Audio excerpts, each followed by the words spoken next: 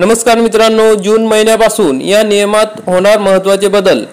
Traffic ते gas cylinder येत्या जून महिन्यापासून बदलणार हे महत्त्वाचे नियम जाणून घ्या, अन्यथा खिशाला लागेल कात्री।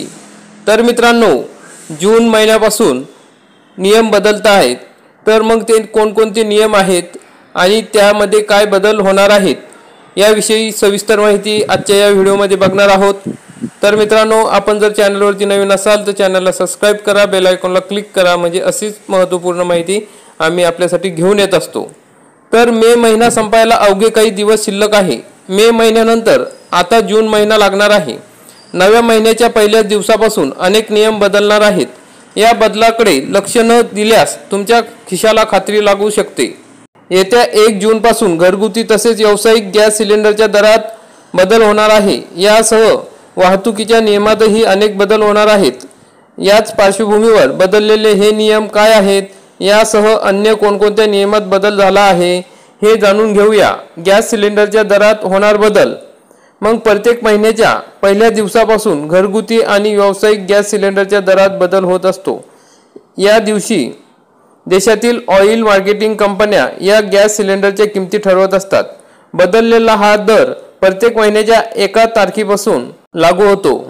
त्यामुळे येत्या 1 जून पासून गॅस सिलेंडरच्या दरात बदल होणार आहे।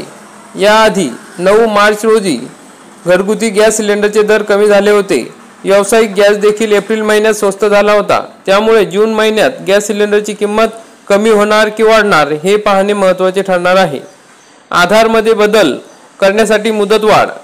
मग UIDAIच्या एका निर्णयामुळे सामान्य लोकांना दिलासा मिळाला आहे, कारण UIDAIने आधारमध्ये मोफत बदल करण्याची मुदत 14 जून केली आहे। म्हणजेच आता 14 जूनपर्यंत सामान्य लोकांना कोणतेही अतिरिक्त शुल्क न देता आधार कार्डमध्ये बदल करता येईल। आधार सेंटरवर जाऊन आधार कार्डमध्ये बदल करायचा असल्यास प्रत्येक अपडेटसाठी 50 रुपये द्यावे लागतील। तर भरावा लागणार 25,000 रुपये दंड।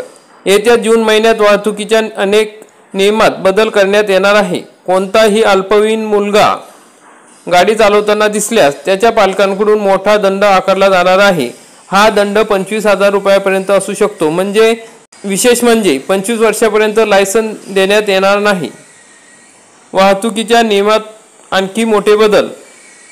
येत्या 1 जून पासून वाहतुकीच्या नियमात मोठे बदल होणार आहेत। कोणत्याही व्यक्तीने या नियमांचे उल्लंघन केल्यास त्यांच्याकडून मोठा दंड आकारला जाऊ शकतो।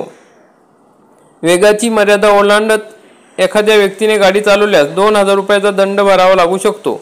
हा दंड अगोदर 1,000 रुपये होता।